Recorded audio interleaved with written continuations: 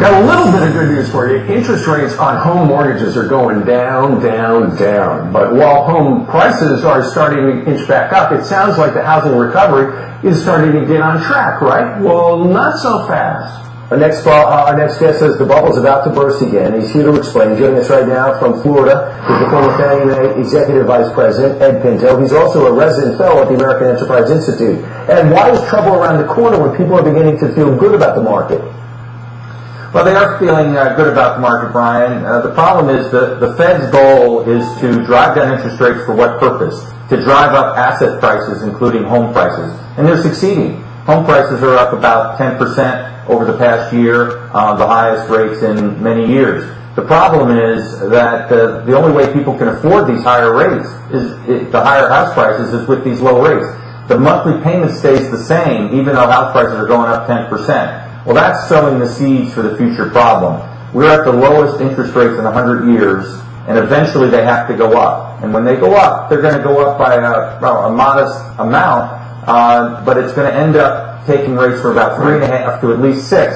At that point, incomes either have to go up by a third, or house prices have to drop by a quarter, or they have to loosen underwriting once again, and we've been down that road before.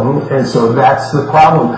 Also, one of the components to this, Ed, is the fact that, and this is what grabs the headlines, home prices right now are going up, and people go, great, I feel a little richer.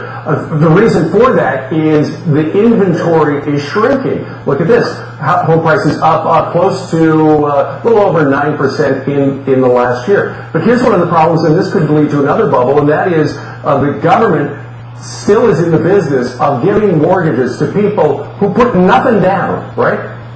That's absolutely right. So about half of the people who are buying homes today with mortgages put down a number that rounds to zero. They're either getting a loan from FHA or the Department of Agriculture or the Veterans Administration.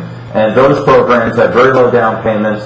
And in FHA's case, in the VA's, in the Department of Agriculture's case, these borrowers are very stretched in terms of their incomes, which again creates a problem. They're creating demand today that isn't sustainable in the future. We've seen this story before. And real quick, interest rates, if they go up, yeah, they have to go up, they can't go down logically. What if they go up such a small percent and so gradually we don't have that feeling of being trapped in your home and the inability to buy a home?